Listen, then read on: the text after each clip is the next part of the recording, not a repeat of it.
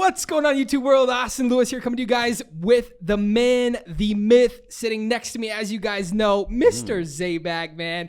But what we got sitting next to us here is we got the man, the real man, the myth, the real man to the myth, DC, ladies and Man, I'm gentlemen. honored to be here, baby. David, Let's we go. appreciate you, bro. Yeah.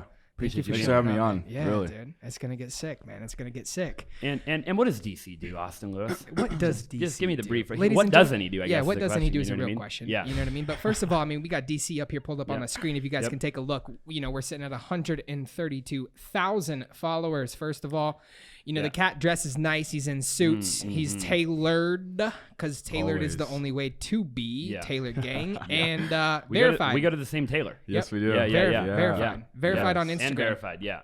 Absolute stud. Yep. Let's dive into that. Let's then. dive into it. You know, to be brutally honest with you, DC, you know, I don't know what you do exactly. Sweet. Yeah. And so I think this one's going to be very interesting. Yeah, very it will fun. be. Yeah. And I'll tell you what I know really quick. I've known DC for, probably 5, 6, 7, maybe even 8 or 9 years. Yeah, Like it's been a minute. a while. Ooh. You know, we shared a lot of the same friends, right? We, back in the day, mutual friends for sure, right? Yeah. Like a lot of events and stuff together, multi-level marketing, stuff like that. Yep. And really, really phenomenal to see. I think you hit like platinum or star platinum, which was like a high rank in the company, right? Car qualified, all these different things, travel the world. That we thought. Yeah, exactly. Yeah. Looking back at it, you know. Yeah. But no, it's super cool to see all that, right? And then we just been watching you from afar, man. Yeah. On You know? IG. Awesome. I'm one of them lurkers. Yeah. And love it. and we've had you over a time or two at the office and done some stuff there. But at the end of the day, Bible study.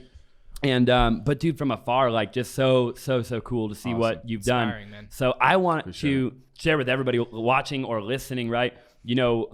Just how you've been able to do what you've been able to do and what it is that you do, like Austin was saying, and then have takeaways for everybody listening and watching. That there's got to be a lot of learning lessons, a lot of things that we can just kind of dive into. That's For right. sure. So. Well, I'll kind of get into what do I do, Yeah. a little bit about yourself too. Where'd you come from? How'd you grow up? You know what I mean? Yeah. So starting there, I grew up in Phoenix, Arizona. It's kind of weird to see all the natives, but shout out to you guys, Arizonians, right? Yep. Native. I went to high school I graduated from Shadow Mountain High School. What was your GPA? My GPA, I think at 3.0. Ooh, way Not smarter too than me. shabby. Yep. Yeah, That's all right. Yeah, I like that. Yeah, that didn't We really talk help about too everything much. here, by the way. Oh, okay, great. Yeah. I'm open, man. I'm an open book. I like that. So you went to Shadow Mountain, right? Yeah. Okay. 4 years of varsity basketball. That was a dream. That didn't work out. Got into entrepreneurism through Vima. Actually, that's how I think we met. Yeah. Vitamins, essential Essential minerals, mangosteen, and aloe vera. Baby. We got the goods. Yeah, exactly. Very official energy drink of the Phoenix Suns. You know what I mean? Yeah. We'll bring you to a Suns game. Everyone turns it off after this. Yeah.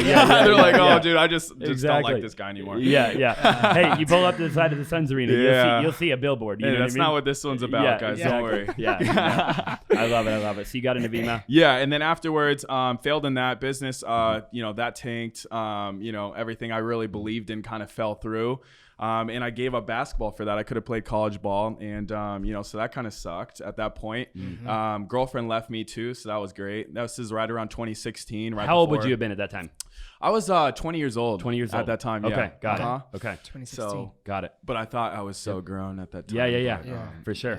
Yeah, girlfriend leaves me. So this is 2016, lost the business. Actually had to get rid of the car. Couldn't afford it. So I had to lease it out. That car almost got stolen, by the way. That was really interesting. BMW, right? Yeah, it was a BMW. Yep. Yeah, I made it though. Yeah, back in the for day. sure. You know how it is. For sure. That's Was it a 3 series? 328. Yeah. Sport package. Yeah. Yes. I love it. The- The M yeah, series. the If M you series. remove the emblem, they'll think it Yeah. is an M series. Yeah, You know what I mean? that's how it was. I even had the Exactly. license plate M package on the back. I like it. So that happened. I was actually stuck waiting tables. I was super miserable because, dude, this is someone that was an entrepreneur, just completely shut everything down. I failed. Everybody was right about me. The crazy one actually was crazy. And I remember just stuck serving during that time. This is 2016. Again, I was about 21 years old. At that time, I decided to do a fitness show because I had no self-worth at that time. I'm talking like none, dude. Almost like I remember being depressed. Yeah. Okay. Like didn't even have any self-worth at that time. And, you know, I go do this show, end up not even doing that great at it. Shout out to my boy, Matt Ignetti. He coached me for free. Good. I still look at those pictures every now and then for inspiration. You know what I mean? Dude, appreciate that, man. I mean, I didn't rank at all, but I felt better about myself. Yeah. Cool. I also got approached to do AIO. Currently what I do, I sell life insurance with the union. So that's our niche. So it's no cold calling, but we actually just go service union members. And it's mostly life insurance is what I sell. Got it.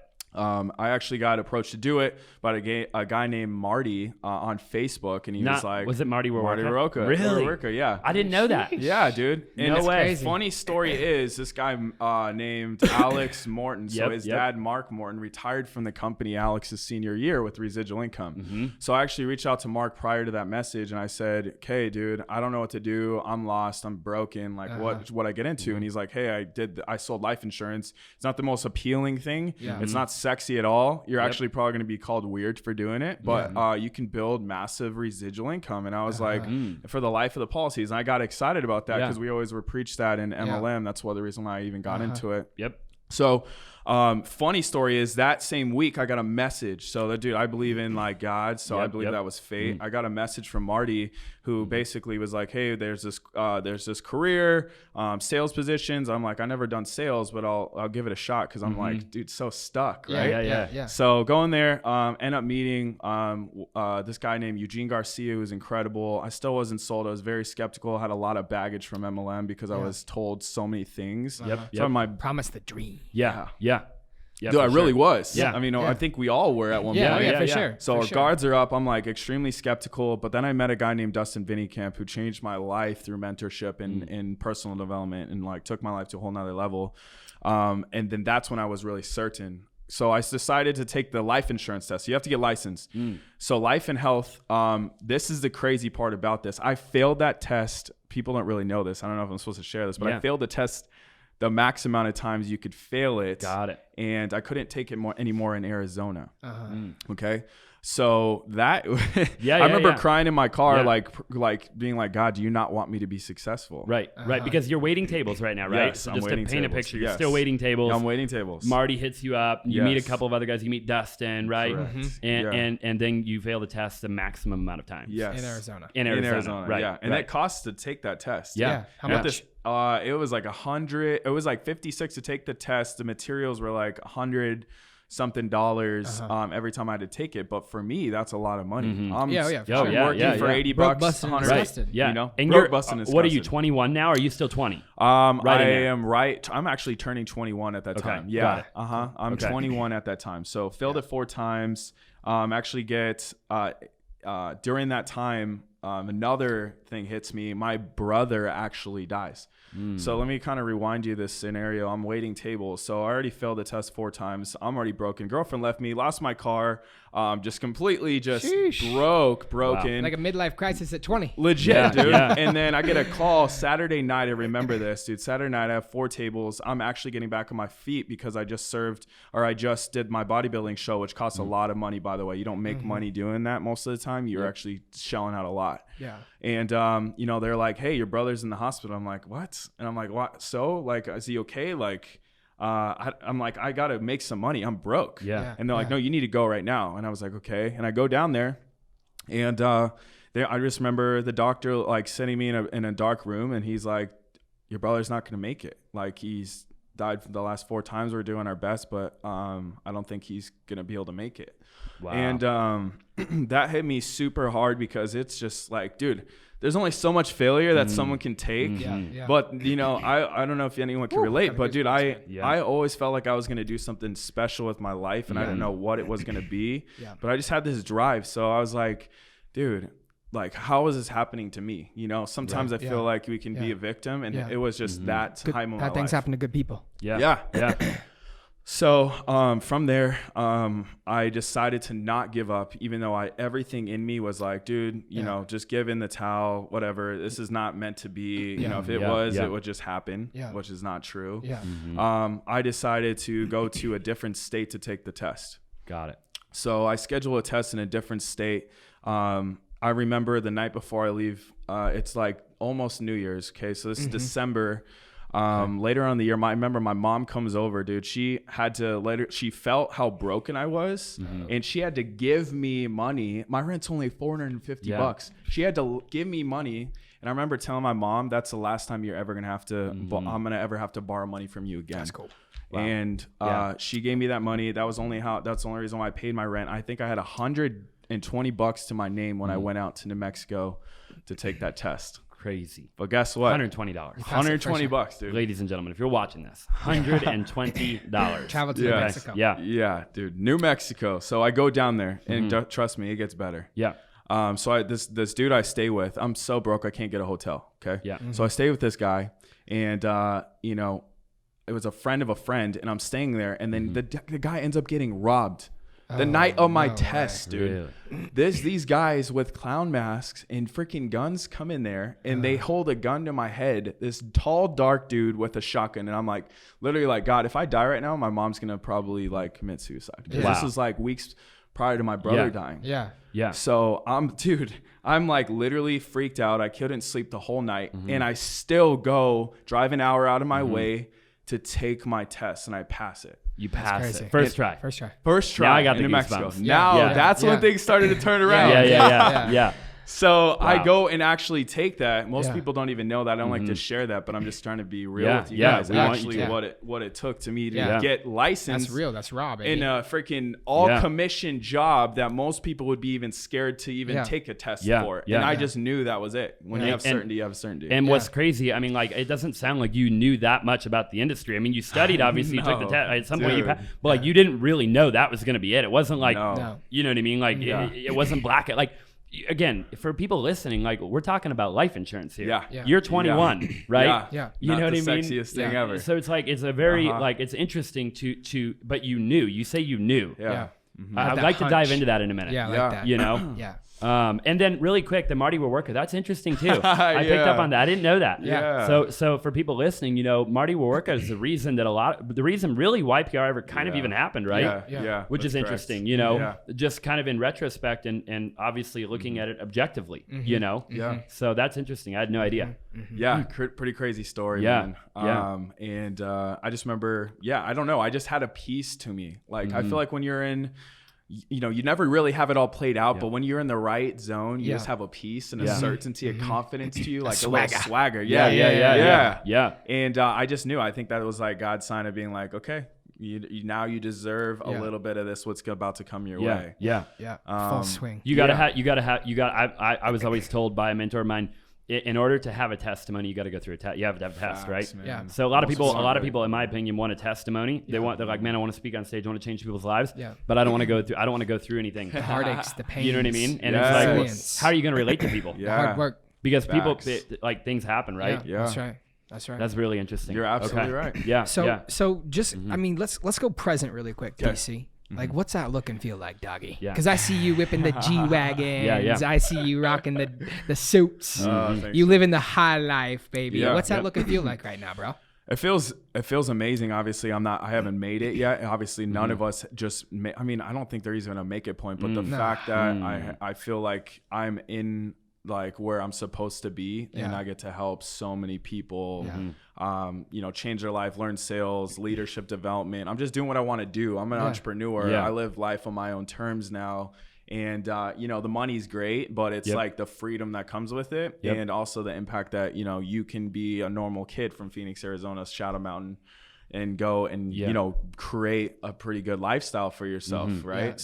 I mean, at young too. How old are you? Yeah, I'm 25 years old. 25. Did you just turn 25? When did you turn 25? September 5th. September. Actually, Happy late birthday. Thank you, bro. You know? Yeah, I think I might have actually wished you a happy birthday on IG. Yeah. Potentially. I think I might have, you know, everybody reposts on Instagram. Yeah. We always do the back and forth. Yeah, DMs. we do. We see each other. We're like, yo, you're killing it. Yeah, I like it. So to play off of what you said then, like, what logistically does it look like? So how many people are you leading now? Okay. Is it, you know, what does it look like, right? Obviously, you're in an industry, you get into the industry, there's not a lot of young people. We were talking before the show, the company that you've been a part of is extremely old, like a century. I was going to say a decade, but a century old, right? So you're now paving the way for millennials, quote unquote, maybe older people too, obviously, I'd imagine. But what does that look like? Are you, is there a team lead position? And then you have people now that you're now like coaching and mentoring, and then like just kind of, you know, how big is that? What does that look like? So I think right now we have about, so I help run, I don't want to take all the credit, but I help run Tempe, Arizona. We have about 50 agents local. I help run Dallas, Texas. We have about, I'd say 30 agents there. And then I help run El Paso, Texas.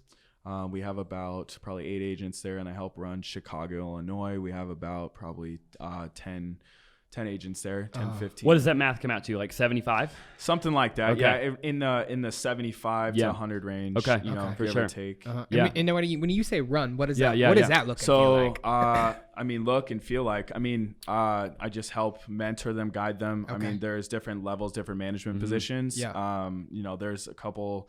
In Tempe alone, we have about 5 or 6 master general agents, which is like more an upper level manager. So it's cool because I get to help guide them, and I learned that through my mentor. So you're just more of a mentor at this point where I'm at. I still do sell life insurance. A lot of times people think you get out of the sales part, but I love it. I was one of the top salesmen actually last year, even while running those. And I financially, I don't need to do that. Yeah. So I'd love to go back just a tiny bit. Yeah. So you get your pass your license, right? You pass the deal, you get your license, and then what? You go become like start selling, right?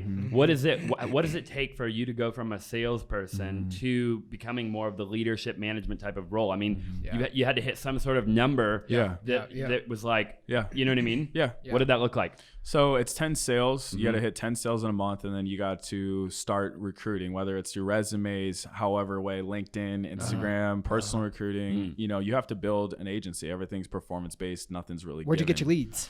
The leads are actually provided through the relationships to the unions, like the police, the firemen, veterans. So for the last 50 years, we negotiate agreements to go work their group. Got it. What about leads for the team? For the team? Like for you the mean building? Recruits? Yeah, recruits. Yeah. Recruits wise. Most of it is, I mean, there's it just depends the manager. Some managers prefer like, you know, there's vendors of like, I barely use them, but resumes from all over, you know, online resumes, people getting them like that. The office gets like, I don't even know, thousands every month. I've never went that approach. I've been all personal and also through branding and just networking and stuff. So very cool. Very cool. Clearly Obviously the personal brand, right? You know what I mean? Having a personal brand. Yeah. Right. I love it, dude. I love it. So I have a quick question really quick. So Dive into what did like, you know, you talk about it, right? And you were like, a little while ago, you said something to the effect of like, it gets better, right? Yeah. So you're telling this story, obviously like everything that happened is not good, right? Like it's just like, well, at a surface level, at least, you know? So like what was there anything else that happened where it was like, you know, you see what I'm saying? Yeah. Where it's like, okay, there's this wake up call or this realization, and it's like all of a sudden, because you mentioned something about being a victim. So it's like, at what point did you realize that all of that was happening for you and not to you? And what was that? Right? Yeah, that's awesome, man. That's actually that's like a quote I live by that you quoted. And I also heard a quote from Jim Rohn. It says, things happen, not things happen, but it's not about what happens, it's how we respond. So when things were happening to me, I was like, okay, this is going to be a really sick story. I can't wait till it actually plays out. That was all I was telling myself because I had no other way. Like I had no other way. And, you know, and it's still not easy. We deal with all this stuff all the time. When you're a leader, you're a firefighter, dude. Sure. Like, Yeah. You know, it's never just professional. Oh, okay. Yeah. No, never. You know. But I think my breaking point, is what you're asking. I am. Yeah. Is I had a lot of them, but one of them was 90 days in, and I'm back to like being completely broke, which happens all the time when you're an entrepreneur. It's okay. Yep. You know, the skill set's worth more. Right. You're going to go make the money back. Yeah. So 90 days in, and I have some guys passing. My trainer basically doesn't like me, tells me I'm going to fail in management. And, you know, I remember sitting down and or sitting on my table at night and thinking, wow, I'm either going to really blow this up or I'm going to fail miserably and have to go serve. Yeah. And I stayed up, I want to say almost all night studying our training videos, self-teaching myself sales in our presentation. And I took the guys that were passing, we went on the road to Tucson, Arizona to get away from my distractions. Yeah. And, And I remember training them, working with them. And that was the first month ever I went from broke to making my first $12,000 in a month. And, you know, that's not, you know, obviously a ton of money now, but that at that point was a breaking point on my mind, because I was like, wow, that is possible to do that. Yeah. Subconscious mind, baby. For sure. Thought in motion continues, emotionless is acted upon by an outside force. I love it. Facts. 12 grand will change your life, baby.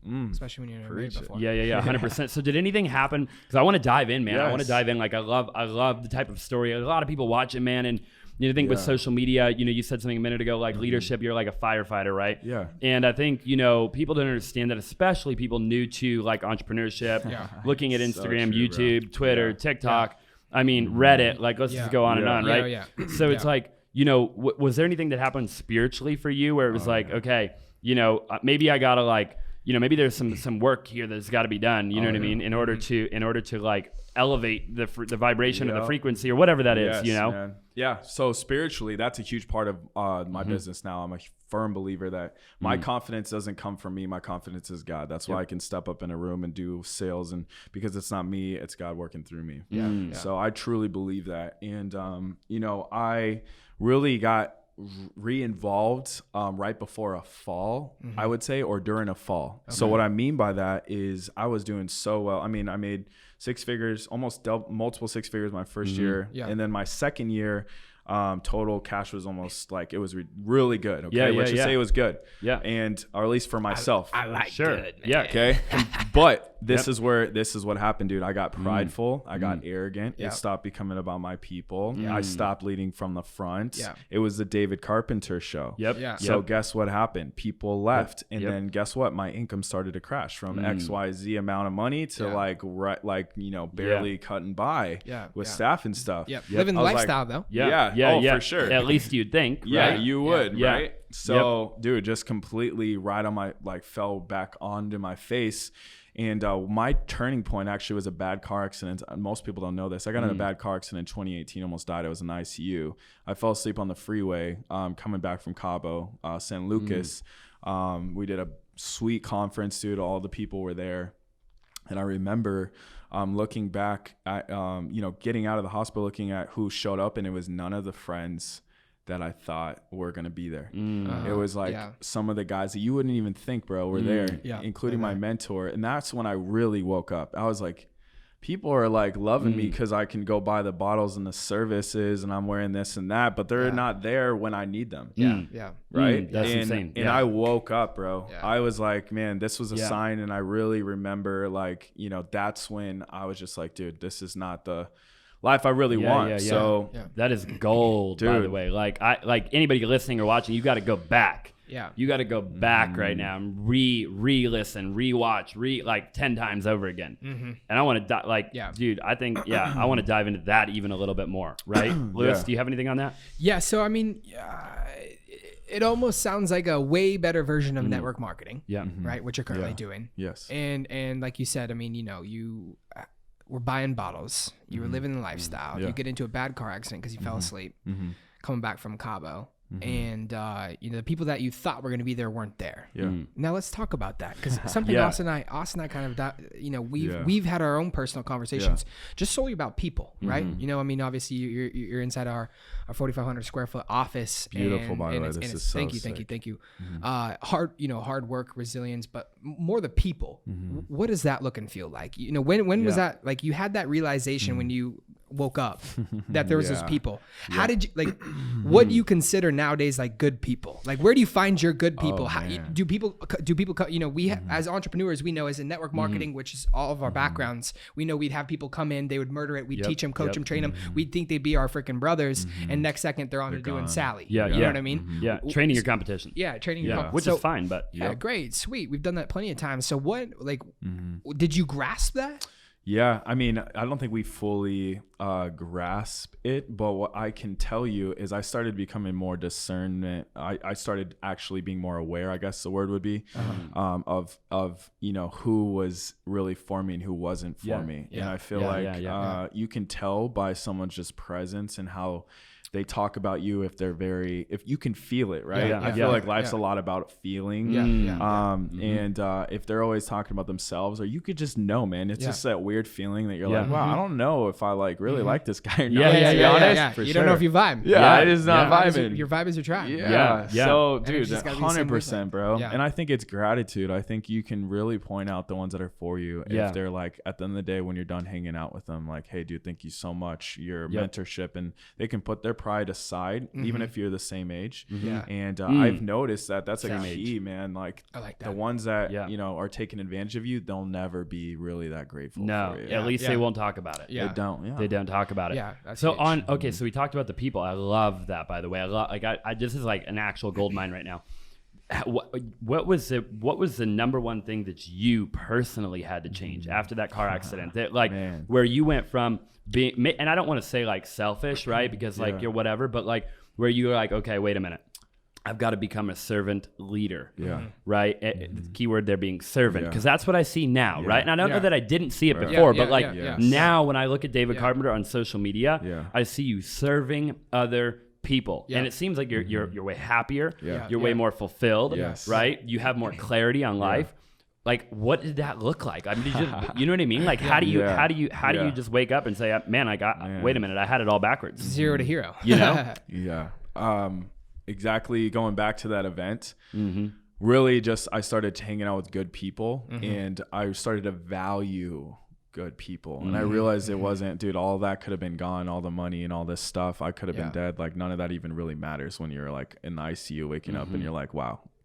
Right. Like, none of that. So I realized that I just wanted to surround myself with good people and build a company around them. And it started with me. So I think, you know, at that point I started going back to church. I started to think of myself, you know, I started thinking of myself less without God. Got it. Now I put God in the middle, and he's, you know, with him, I can do all things. So I started really, you know, and God's humble. You think about, you know, I'm just not to get on a rant tangent, but just to think that if you know the story, Jesus was God's, you know, was God's son.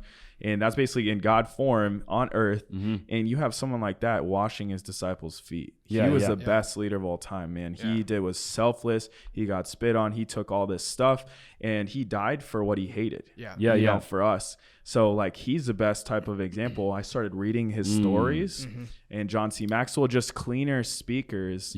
And dude, I just realized it was just a lot of work on myself, and like how I don't think I valued people at that point. So when I really dived into the word and like really started surrounding myself with better people, dude, everything changed. And I think that's really what happened. And automatically, by serving other people, you get the fruit of the labor, right? Which is what we were talking about in the beginning. It's a byproduct rather than the product, right? Like, rather than that being the number one, it automatically happens when you have the number one that you're focused on. Facts. You know, so I love that. Let's transition a little bit. DC here. I want to dive into some personal stuff. There's some personal questions. You know, I mean, you and I have had a drink together. We've seen each other at church a couple times. We definitely pass through on Instagram quite often.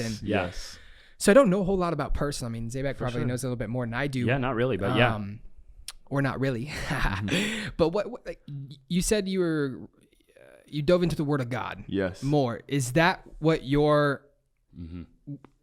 what you worked on, right? Is that what you, or did you go to the personal development route, right? Is what I'm talking about here, for just like you personally, right? Did you dive into Jim Rohn? Did you dive into some books? Did you listen to audios, or did you kind of just stay the John C. Maxwell, like, you know, I can do all things through Christ type way, like start reading the Bible, or did you kind of mesh everything together? So I do a little bit of both. I have a morning routine. I always read a Proverbs. People don't really know, even if you're not a Christian, read Proverbs, because it's written by the wealthiest man alive. His name's King Solomon. He was like a trillionaire.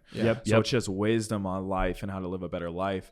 I start out with that, and I'll read the Gospels too. So I always put God first, number one. And then obviously, you know, from there, I'm going to be good. But I do listen to podcasts a lot. I love, you know, like Ed Milet, John C. Maxwell's. I listen to a lot of audios. I'm more of a listener to learn than a reader. For sure. But I do mix both. And I have constant mentorship from, like I said, mentors that are in my right corner that are feeding leading. And me. is that through your company?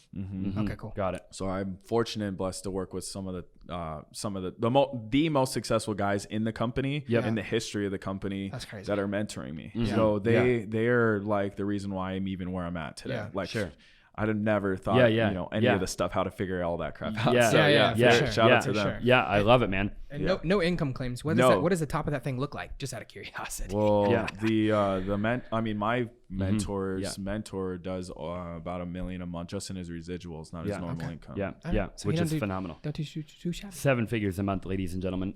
Figs. You know, at the end of the day, I mean, like that's what everybody's striving for: passive income, residual income, man. Yeah, that's right. You know, lay your head on your pillow at night. Continue to make money, right? We used to say at network marketing, man. I will say the mindset, you know, back in the day, right? It's like that's what, or at least the desire, like that burning fire, the burning desire to say, hey, you know, we want more. Which is what led to all this. You know, it's crazy, man. A lot of the Vima people, man, they're all, you know what I mean? It's interesting. Shout out to you guys. Yeah, for sure. Yeah. So do you have an office? Do you not have an office? You do have an office. Yes. You go there every day? Almost every day. Almost every day. What do you do when you're not at your office? I'm either in the field or I'm meeting with people one-on-one, doing dream building or, you know, problem solving as a leader. Firefighter. So I like that. For sure. Cool. I have a quick question. What's the number one thing, man? If you're just like right here, this is it.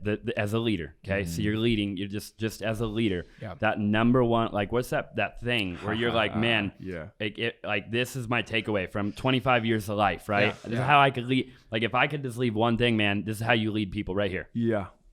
The one thing for leadership is love your people. And that's even in the word the Pharisees asked Jesus, what was the number one, commandment? He says, love your neighbor.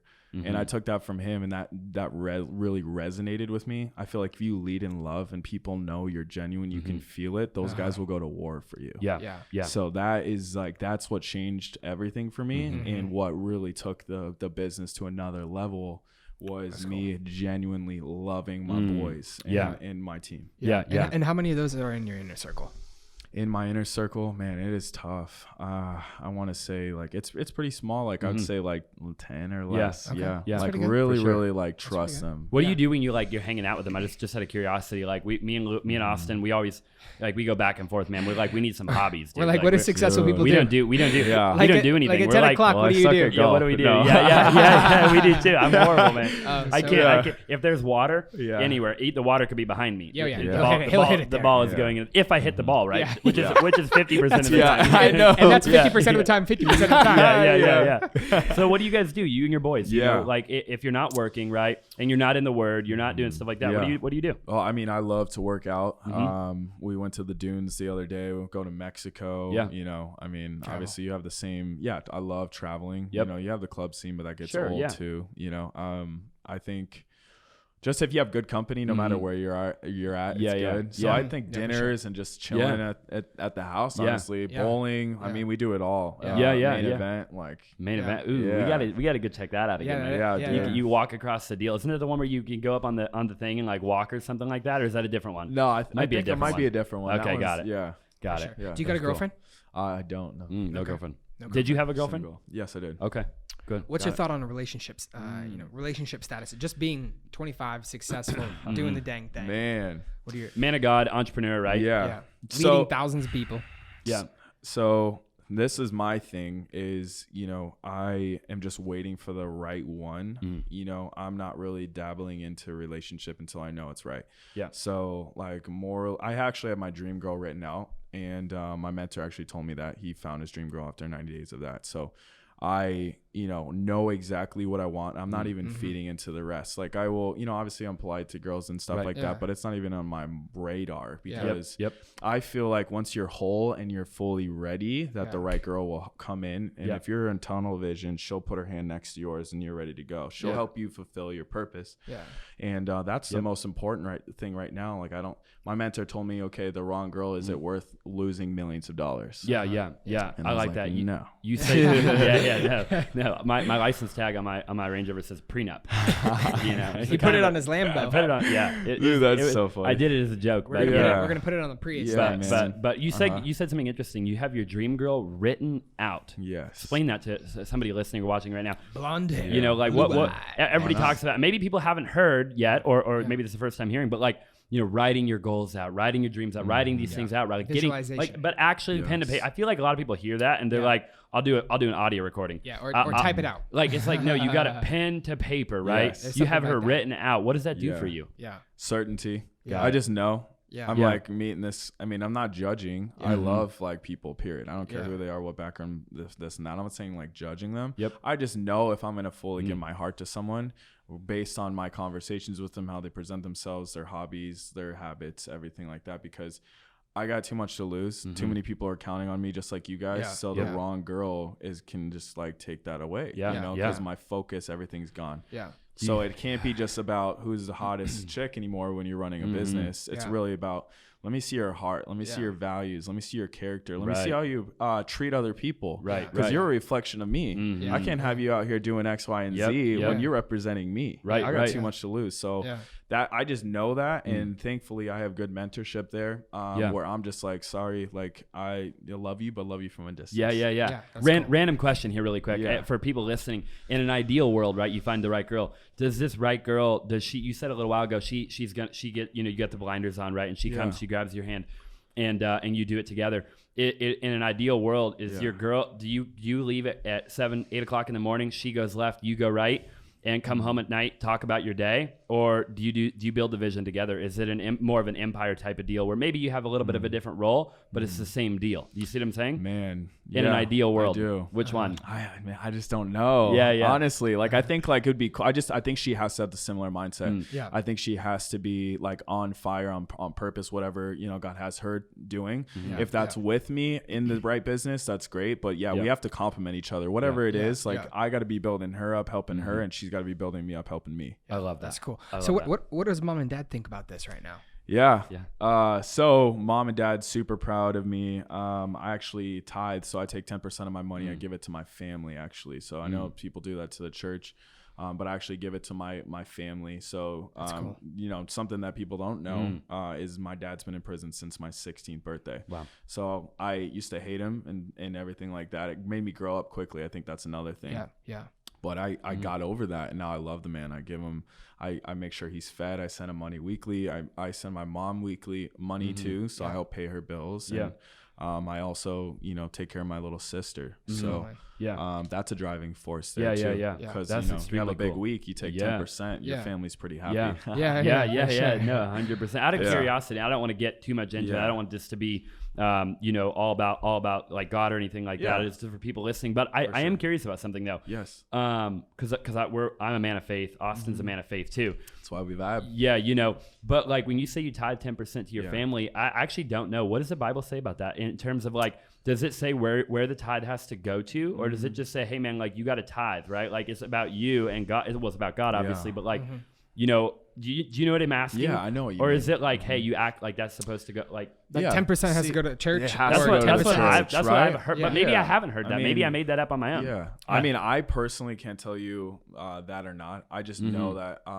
when I think the real part of that is like, obviously it's got to help God's kingdom, number one. Number two, it's breaking pride and ego. The love of money is the root of evil, not money, the love of money. So what it does is it cuts that, weekly, because if I love my family more than I love money, then I'm not going to do that. But I love my family more than I love money. So I'm going to go take 10%. I'm going to give this to my family because I don't need to be selfish. So it's about it's about the heart, cool. right? Yeah. What's on your heart to do. So, for and you, I could be wrong. I'm not a pastor. No, for sure. You know what I mean? Maybe I'm wrong, but hey, it's God's blessing and maybe me, it isn't about being right or wrong, right? Yeah. Maybe it's about doing what's on your heart, right? Doing what you feel called to do. That's right. In life. So if you're listening to this right now, what do you feel called to do, right? Like David talks about, he's at the lowest point of his life and he has the most confidence he ever had, right? What do you feel called to do? That's a great 100%. message. Yeah. What's you got your blinders on right now. We see it. What's the next 90 days look like for DC? The next 90 days, I have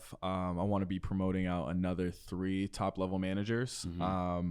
and there's a rank called Vice President of Sales. It's $1 million contract, and I'm working on a partnership with my mentor, Dustin Vinnycamp.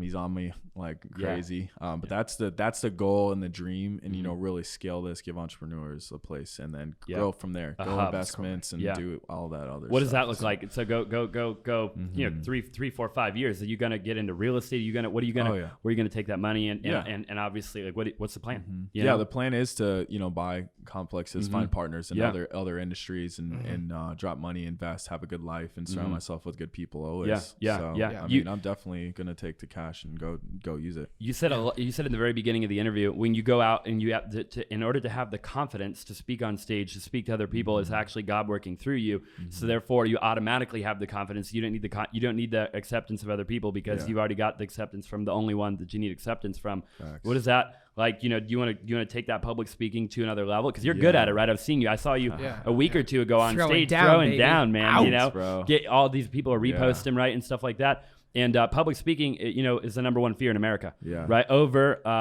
heights and death and spiders. Okay, so for those ladies watching right now, you're more afraid than that than spiders. So like, do you want to kind of like get into that even more as you kind of grow and scale and evolve? Yeah, I would love to. That's actually my dream. I want to be a public speaker, share the stage with like Tony Robbins one day. And all these top people. I actually want to be on, podcasts. I love that because I feel like my story can just help people. So it's not even really just for my own glory, but I want to actually be able to share and genuinely help someone that's lost like I was. And all these golden nuggets, man. Like, I tell you what, we talk about it all the time, right? Where it's like, like I was at an event like a week ago, the company paid for me to go to this event. Great guy, right? And it's all about the golden nuggets, man. Like, you could watch it. You ever watch a movie like 5 times? On the 5th time, man, it's like, man, I never saw that, right? And so like podcast stuff like this, like you got to listen to this podcast, man. Go re-listen to this. Like DC has been through it, right? And in his own way. And dude, like you could take that one nugget, right? Like one little 10-second nugget, change your life. Yeah, for sure. And you. Going back to even being like a young guy, entrepreneurship wasn't in the blood. It was that change of seeing Vima. It sounds like, right? Yeah. Like are you like this cat at 8 years old? He's making $50,000 a year, or you know what I mean? Like he was running pool companies. Dude, Me personally, at eight, dude, I was riding around in a freaking moped and like trying to do cool stuff. I had the moped. I just cleaned the pools with the moped. You know what I mean? Yeah. So did you have entrepreneurship? Like, was it in your blood, or is it kind of like you kind of fall in there? Yeah. That's a great question. My dad actually had a mortgage company. That's actually how he went into. He got into prison because when things fell, he just hung out the wrong people, got into some fraud, and then he was in there. That's what it was. So I saw both, but my mom raised me when I was 16 on. So really, when it counts. So I mean, I didn't really get to learn a lot from him, but I just knew we had a nice house, cars, that stuff, had a great lifestyle. So he was really successful. So it was on my dad's side.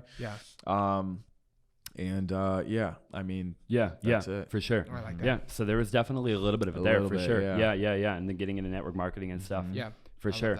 I love it. Well, we're probably wrapping up a little bit on time here. What would be like? I mean, obviously there's 100 golden nuggets here, okay, for everybody to take away. But like, if you had like 1 or 2 things, you know what I mean? Like, what would that be? Like, tell people that are maybe they're struggling. They're in a season of life where it's just like they can't seem to get that win, man. They can't seem to get that victory, man. It's just failure after failure. After failure, man. Like, what is that thing that's just like, do this, right? And need that breakthrough. What is that? I think you just got to remember you can't compare yourselves to the Austins, the Davids. Like, you have to remember that, in the Bible, I'm going back to this, but it says the first shall be last and the last shall be first, meaning everybody starts in the same place. You can't forget that. And everybody's got to go through their own journey. So don't forget that there is a journey. You need to struggle, and it's going to be hard. But at the end of the day, it is worth it. And through your confidence will grow as you keep going. Don't give up. You need to press through that. Because at the end of the day, that's what makes you into the person you're supposed to be. So don't ever forget that you need to go through it. That's cool. The journey, man. I love that. I love that. That is the golden nugget right there. I love it. Ladies and gentlemen, David Carpenter. The man, the myth. Verified on DC. Instagram. Yes. Yeah. 132,000 followers. Go make that 132,001. If you haven't already, follow us, follow him, right? Yes, definitely do that. You know, his link's in the description below. Yep. Or David Carpenter _ on Instagram. On Instagram. And yeah, dude, I like. Yeah. Again, I thank gotta you go for being rewatch here. this, Thank man. you. You know what I mean? I got some golden nuggets here. Yeah. I'm going to walk away a better man. That's for sure. I love it, dude. than when I showed up. Absolutely. Appreciate you guys for listening, watching. We'll see you in the next one. That's right.